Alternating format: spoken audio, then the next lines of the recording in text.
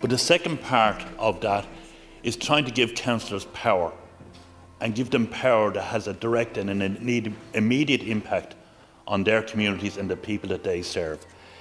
When Putting People First was launched, I thought from a progression point of view, I've seen change, restoring democracy to a local level, specifically around the LPT process. Now we can argue the LPT in relation to the baseline and the equalisation fund is actually taking that flexibility away from the councillors, and realistically they're left with a very small part of the budgetary process to allocate from a discretionary point of view. As being part of the House the last time and being part of the process that brought through the Local Government Rates and Other Matters Act, the bit that got unanimous support and the bit that we all look forward to was giving the councillors the power to introduce a rates waiver scheme.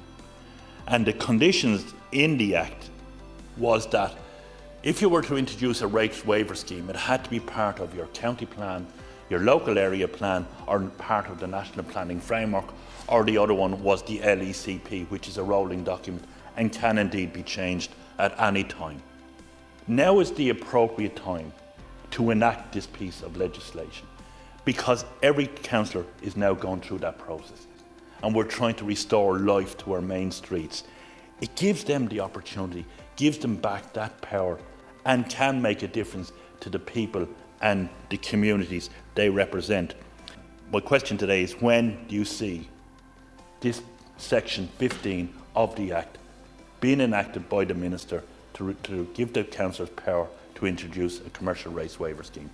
It is intended that Section 15 of the Local Government Rates and Other Matters Act 2019 will be effective for the next local authority budget cycle, which will enable elected members to reflect and support decisions they have made regarding development plans at this time now in rate alleviation schemes.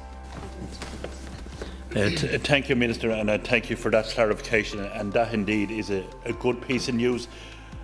So I think even if you could engage with the local authority members, give them clear directions of what their powers are in relation to this process, and that they will be able to enact this in the 2021 budgetary process, which is a year from today.